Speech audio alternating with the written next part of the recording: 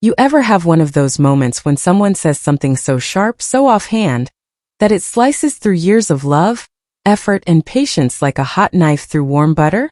My name's Diane and I'm 62 years old. I've been a mother for 38 of those years, a wife for 40, and apparently as of 3 months ago, someone who's supposed to act her age.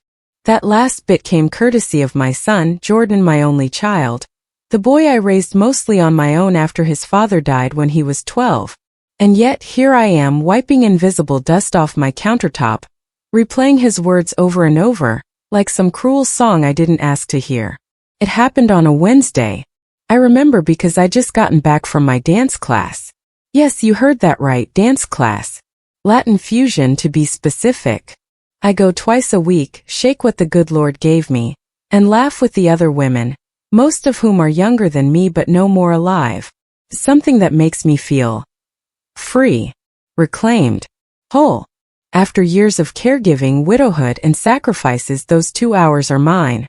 But apparently, according to Jordan, they're also embarrassing. He'd stopped by unannounced, which he rarely does these days. Maybe he smelled the pot roast I was making. Or maybe he just needed something. He didn't come alone. His wife, Emily, was with him. Sweet girl, really.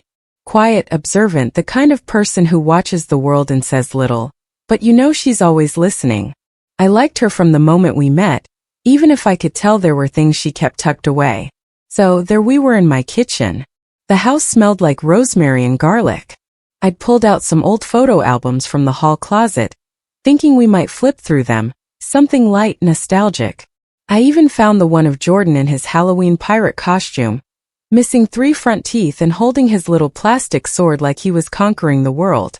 But before I could open the album, Jordan made a face. "You're still going to that dance thing?" he said, gesturing with his fork like it was ridiculous. I smiled. "I am." "Why?" He scoffed. "I don't know, Mom. You're not 30 anymore.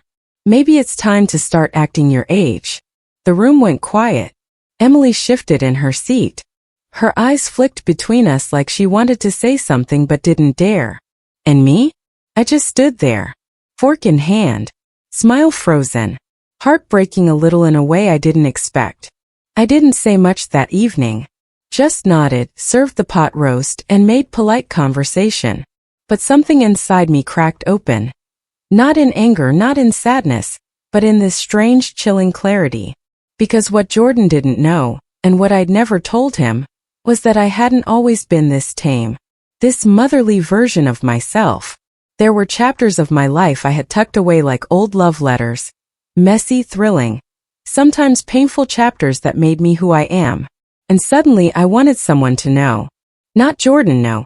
He'd already decided what box I belonged in. But maybe, just maybe, Emily was still open to seeing the full picture. So 2 days later I called her. "Lunch?" I asked. There was a pause. Then her soft voice. "Sure." We met at this small bistro tucked away near the Riverwalk. Not too fancy, not too crowded. Just quiet enough to talk.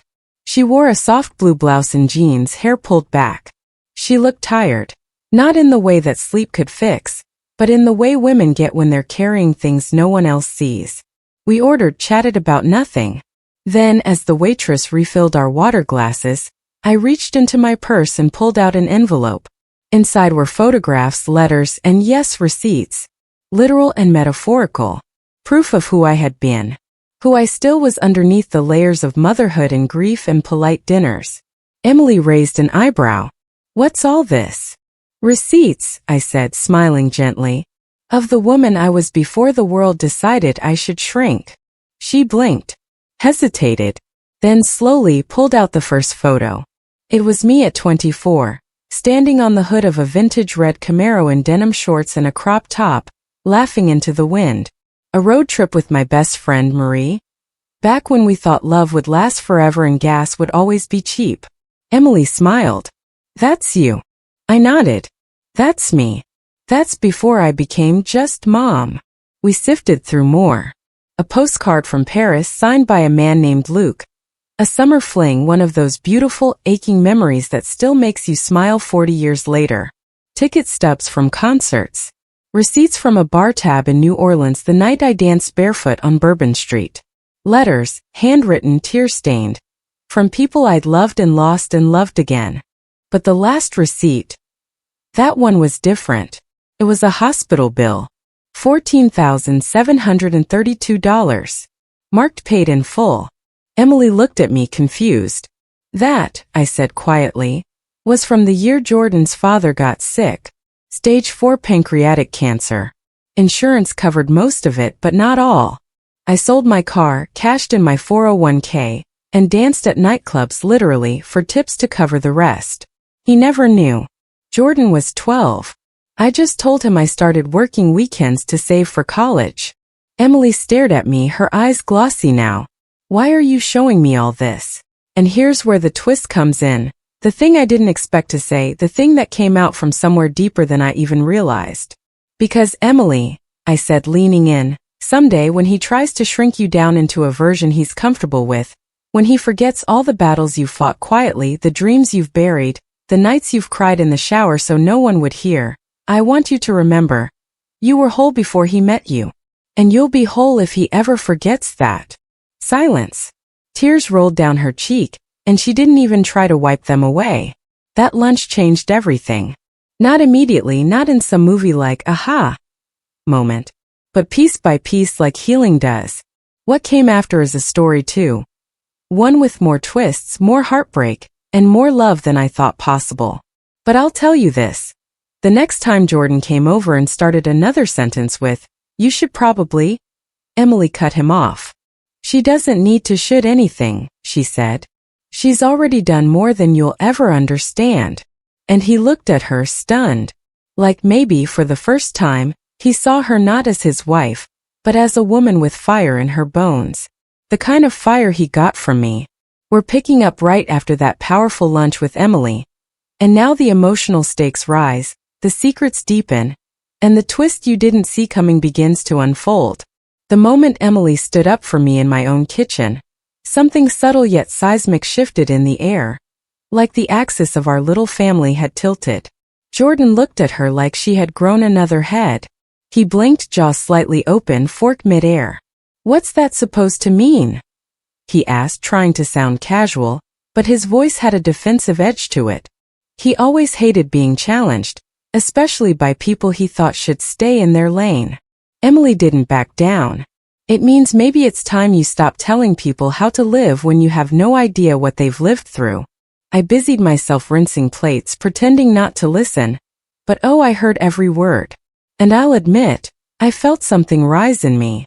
Not pride, not vengeance, something quieter but deeper. Validation.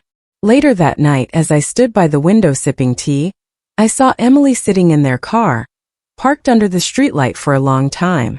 Jordan had gone inside. She just sat there, staring ahead, engine off, fingers resting on the wheel like she wasn't sure if she was supposed to drive away or go in. I didn't know what she was thinking, but I knew the wait. The pause before the choice. I've been there once too. You see, there's something about long marriages, about motherhood, that people don't tell you. Sometimes you disappear so slowly you don't notice you're gone. You become laundry, meals, silence. And the world, especially the people you love most, learn to treat your quiet as comfort. Your exhaustion as expected. Your boundaries as negotiable. The next day, Emily called again. "I keep thinking about the hospital bill," she said. I nodded, though she couldn't see me. "And the dancing. The things you never told Jordan." "I didn't want him to carry it," I said. "He was already losing his father. He didn't need to see me breaking too." "I wish someone had done that for me," she whispered. And that's when it came out. The first layer of a truth I hadn't expected. Done what? Protected me from things I wasn't ready to know. She hesitated. Then, "Jordan hasn't touched me in 7 months. I froze. "And it's not about me aging or being busy or tired," she said quickly. "It's not that. He says he's just stressed. But it's more than that. He's different. Cold. And sometimes I feel like I'm not even there in the room with him. Like I'm just noise he's gotten good at tuning out." My heart clenched. I remembered that feeling. I remembered sitting beside Jordan's father as he turned away, drowning in his pain, and how helpless it felt to become invisible. "You're not crazy," I said softly. "And you're not broken." Emily let out a sound, somewhere between a sob and a laugh. "He says I'm dramatic, that I overthink everything, that I need to get help." That's when I felt the line in the sand shift. That subtle, sacred moment when empathy becomes allegiance. "I want to show you something else," I told her. We met the next day in my garage. A dusty old place cluttered with boxes, old tools, and the memories most people forget exist. I reached behind an old cabinet and pulled out a tin box. Inside were journals, decades worth, spiral notebooks filled with my handwriting, messy looping scrawled in the dark while Jordan slept upstairs. I handed her one. "Read the entry from May 6, 1998. She opened it. "He screamed at me today, said I was suffocating him, that if I wanted to feel alive, I should go live someone else's life instead of trying to fix his." I didn't scream back. I just stood there. I watched the man I loved turn into someone I couldn't reach. And I smiled through it for Jordan. Because children don't understand that adults can drown in their own silence. Emily looked up, her eyes glassy again. "That was the night after Jordan's father came home drunk," I added. "He never hit me, never laid a hand. But words, they're a kind of bruise that doesn't fade." She nodded slowly. I needed to hear that. And then she said something that caught me completely off guard. "Diane, do you think Jordan could become like that? Like his father?" I wanted to lie. I wanted to say no. That love would be enough. That if she just waited, things would turn around. But I also knew how dangerous that kind of hope could be. "I think," I said carefully, "that people often become what they saw, unless they fight like hell not to." Emily didn't answer. She just closed the journal and hugged it to her chest. A week passed. Then another. I didn't hear much. Just silence. Until one morning, I found an envelope slipped under my front door. It was from Emily. Inside was a letter. "Diane, I'm leaving. I found an apartment. Not far from here. I know this isn't the ending you imagined for your son. It's not the one I imagined either. But I refuse to become a version of myself I can't live with. Thank you for reminding me who I was before I was his wife. Love, Emily." I sat there for a long time, letter trembling in my hands. Not because I was sad, though I was, but because I was proud. Because somewhere along the way, I'd passed down more than just recipes and hand-me-downs. I'd passed down something fierce, something sacred. I passed down the right to take up space. This is where the emotional fuse burns all the way down. The confrontation you've been waiting for finally happens. What Jordan says and what Diane reveals will change everything you thought you knew about this story. I knew he'd come. I didn't know when, but I knew it would happen. That sharp knock at the door that carries more than impatience. It was the kind of knock that announces anger wearing confusion like cologne. Came on a Saturday morning. I was folding linens, something I did when my mind was restless. The knock rattled the door frame like it had done something wrong. I opened it and there he stood, Jordan. Face flushed, jaw tight, eyes filled with questions he didn't want to ask but needed answers to. He didn't even wait for me to invite him in. "She left me," he said. I stepped aside. He walked in like a storm, pacing, muttering, arms waving. "Just packed up and left, Mom. Didn't even give me a chance to fix it. She said she needed space. That I made her feel small. I don't even know what that means." I watched him silently. Sometimes it's better to let people unravel in front of you before offering the thread. He turned to me, voice cracking now. "Did you know? Were you involved in this?" I didn't flinch. "She told me." His face fell. "You helped her leave me?" "No," I said carefully. "I helped her find herself. What she did after that, that was her own choice." He ran his hands through his hair, pacing again. "She said I don't see her. That I don't listen.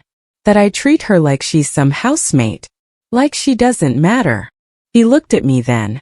Really looked. "And then she said she learned it from watching you and Dad." I felt that like a punch in the chest. Silence. He swallowed.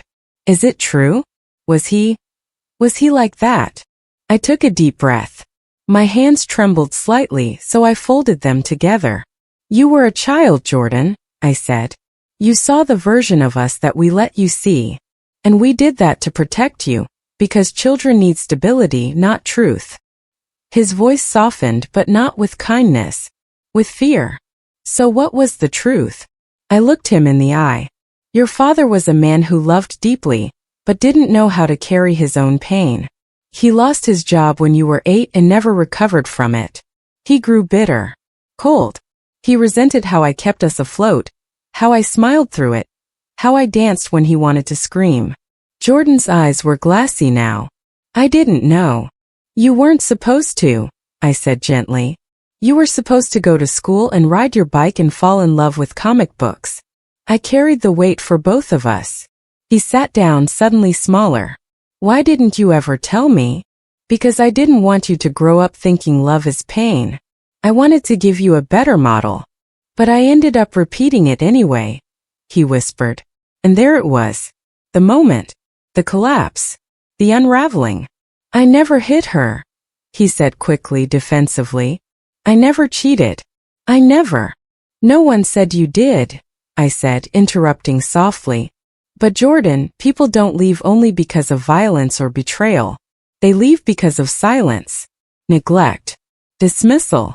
The 1,000 little ways someone can say you don't matter without ever opening their mouth. He looked stunned, hollowed out. I didn't see it happening. Because you weren't looking. There was a long silence. Then he said something I didn't expect. I told you to act your age. Because it scared me. Seeing you dance. Seeing you live.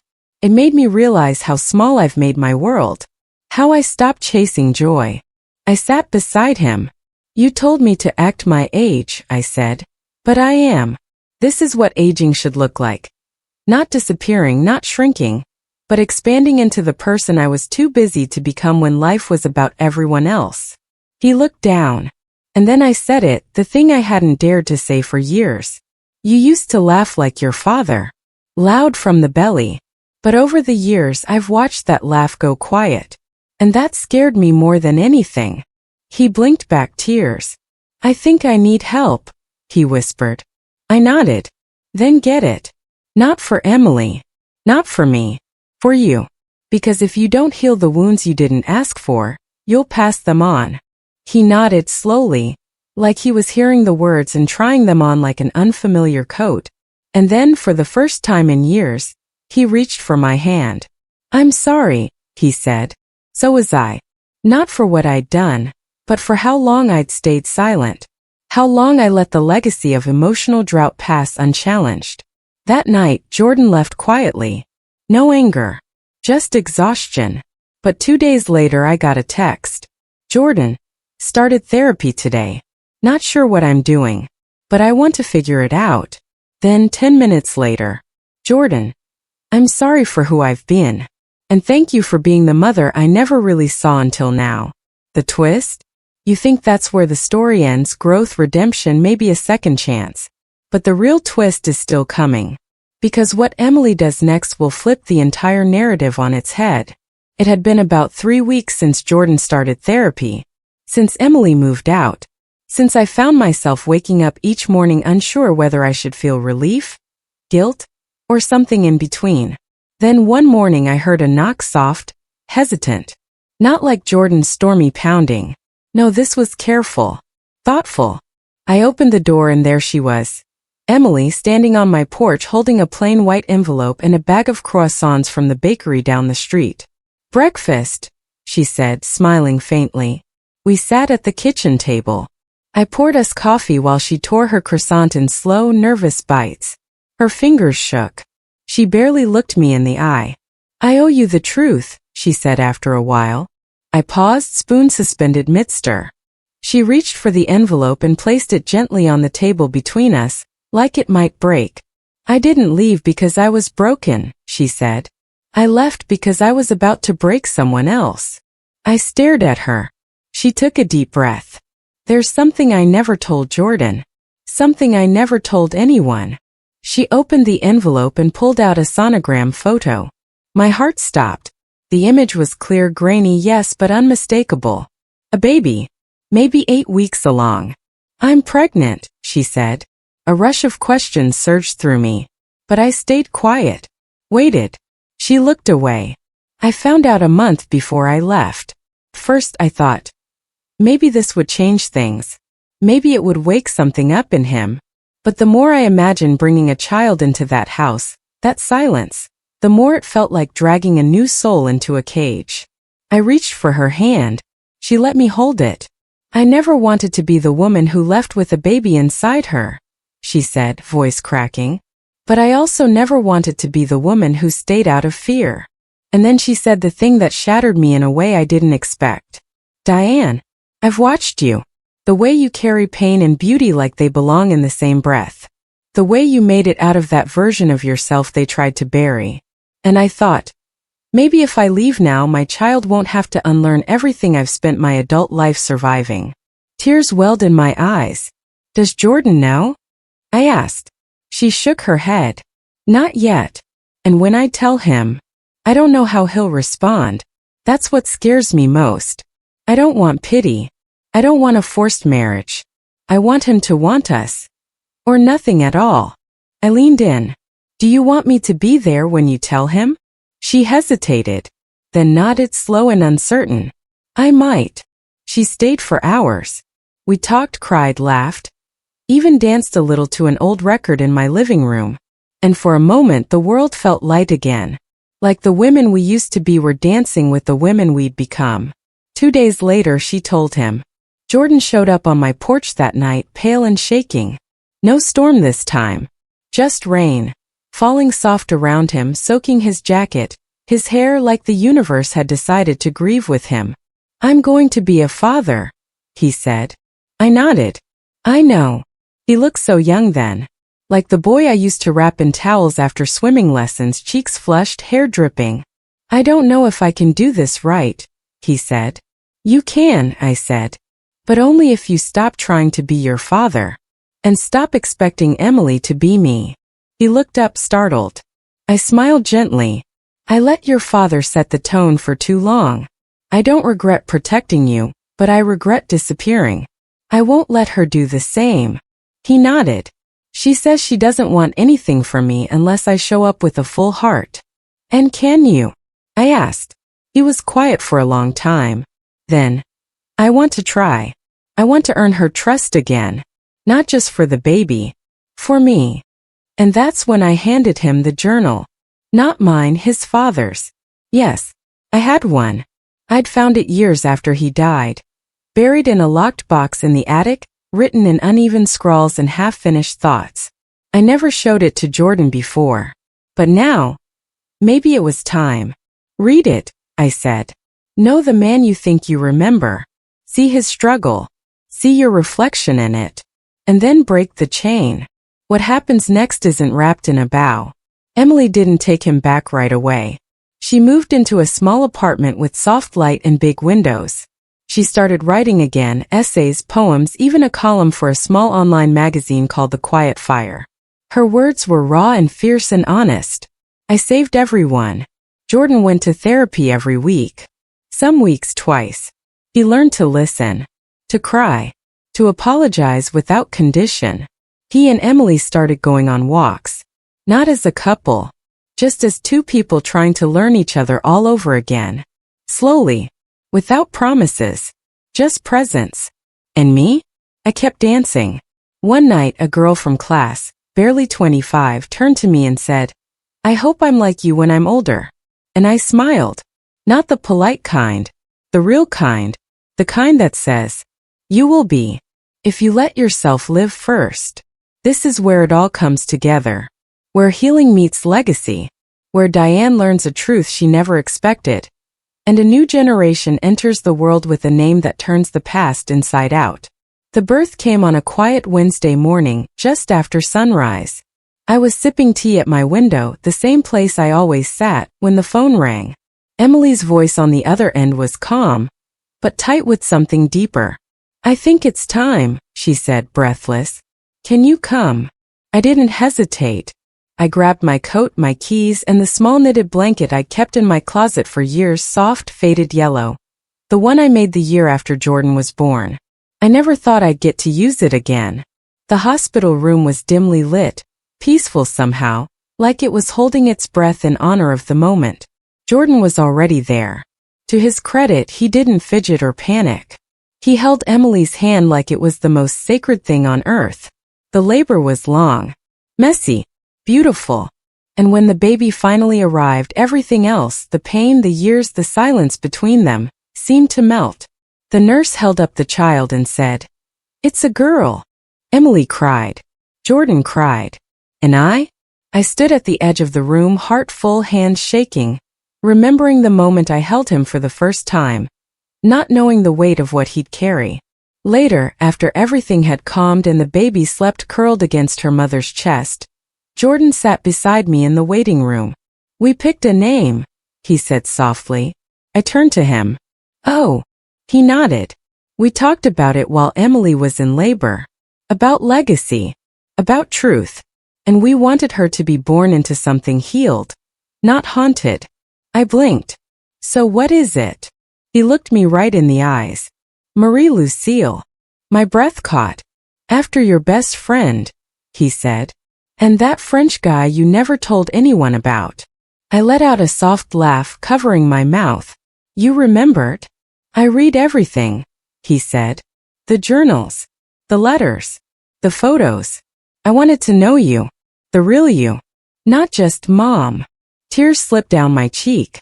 "Marie-Lucille," I whispered, tasting the name. "She'll be strong. She won't ask permission to live." He nodded. "That's the point." We sat in silence for a while, watching the morning light filter in through the hospital windows. Then I remembered the letter. The one I'd found tucked inside the final journal in the attic, written by my husband, dated only weeks before his death. I had never opened it. I think part of me feared what it might say, if it would apologize or accuse, regret, or rewrite everything I thought I knew. But something about that moment, about new life being born, made it feel safe to finally know. That night, back at home, I lit a candle. I opened the envelope with trembling hands. The handwriting was shaky, but I knew it immediately. "Thank." I don't say it enough. But you saved us. I see it now. What I've done. What I buried in silence while you carried everything in your arms and still managed to dance. I resented you not because you were weak, but because you kept shining when I was sinking. I don't deserve forgiveness. But if you ever tell our son about me, tell him I was proud. Tell him to marry someone who makes him feel like he has to be better, not smaller. And tell him, for God's sake, to let her dance. Love always. David. I held the letter to my chest and wept. Not for the pain. Not even for the years lost. But for the full circle miracle that somehow, even after silence, healing still found us. Marie-Lucille is 3 now. She runs through my garden with muddy feet, and a shriek of laughter that rattles the windows. Jordan and Emily didn't remarry. Not yet. But they live in a little house down the street, co-parenting with more grace than I thought possible. They go to therapy together, sometimes alone. They still argue. But now they listen. Jordan still brings me flowers on Tuesdays. No reason. Just thank you for not giving up on me, wrapped in petals. And Emily? She published her first book last spring. A memoir called Unquiet Women. She dedicated it to Diane, who reminded me that dancing isn't just allowed. It's inherited. And me? I still dance. Every Thursday night. In red heels. With my hair pinned up and my heart wide open. Because aging, my darling, isn't about fading. It's about returning to yourself, to your fire, to the woman you were before the world asked you to shrink. And if anyone ever tells me to act my age again, I'll smile, take a sip of my wine and say, I am. Finally.